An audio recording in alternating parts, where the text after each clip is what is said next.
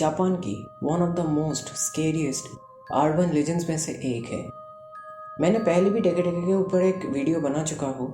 अगर आपने उसे नहीं देखा तो डिस्क्रिप्शन में उसका लिंक होगा, आप उसे चेकआउट कर सकते हैं। आज की कहानी भी उसकी ही एक रियल लाइफ इंसिडेंट के ऊपर बेस्ड है। अगर हम टेके टेके के इतिहास को थोड़ा सा शॉर्ट में जाने तो हमें ये पता चलेगा कि टेके टेके पहले एक इंसान हुआ करती थी जिसका नाम था काशिमा रेको, और वो नेचर से काफ़ी ज़्यादा शाई टाइप की लड़की थी।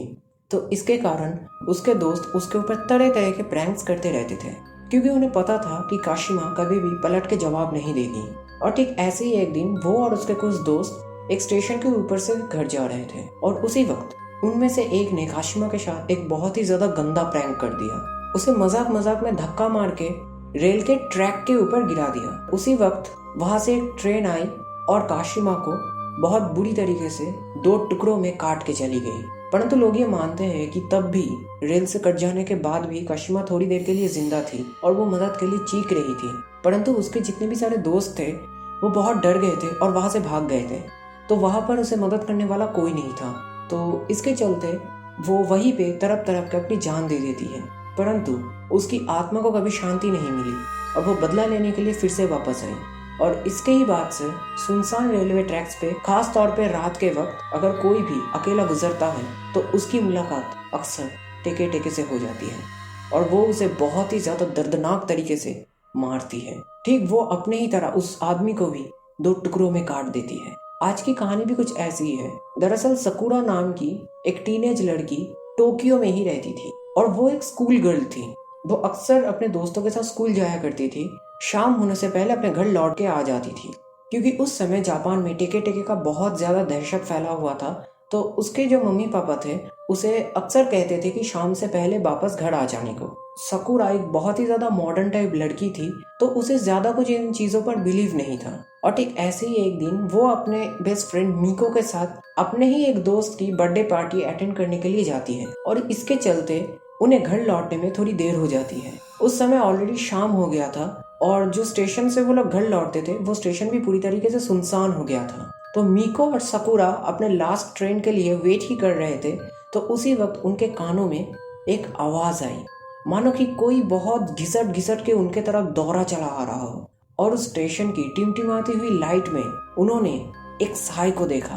वो साया अपने हाथों के ऊपर खड़ा था। उसके हाथ बिल्कुल एक स्केलेटन जैसे लग रहे थे। परंतु सबसे ज्यादा शॉकिंग जो चीज थी वो ये थी कि उस शैडो की कोई पैर नहीं थी।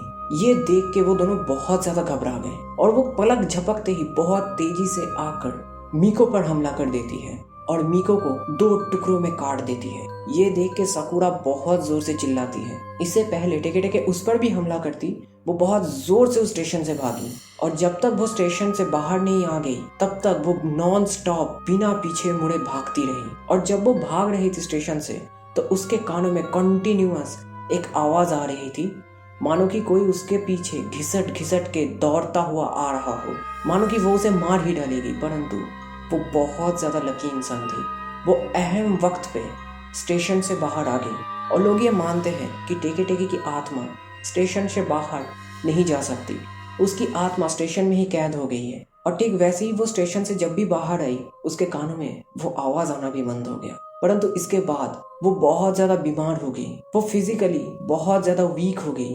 अपने आंखों के सामने वैसा डरावना मंजर और अपनी फ्रेंड का वो मौत वो कभी भूल नहीं पाई। इस इंसिडेंट के बाद सकुरा बहुत अच्छी तरीके से समझ गई थी कि पैरानॉर्मल चीजों के ऊपर कभी भी डाउट नहीं करना चाहिए, क्योंकि ये बहुत खतरनाक हो सकती है और आपकी एक ही गलती आपकी जान भी ले सकती है। और इस इंसिडेंट के बाद वो रात में कोई भी स्टेशन के आसपास से भी गुजरने की हिम्मत नहीं जुटा पाई। और आज भी जापान के लोग रात में रेलवे स्टेशन में जाने से बहुत डरते हैं, क्योंकि वो लोग ये मानते हैं कि शायद टेके टेके की आत्मा आज भी वह भटक रही हो और उसका अगला शिकार कोई और भी हो सकता है और वो उसे बहुत ज्यादा दर्दनाक मौत दे सकती है।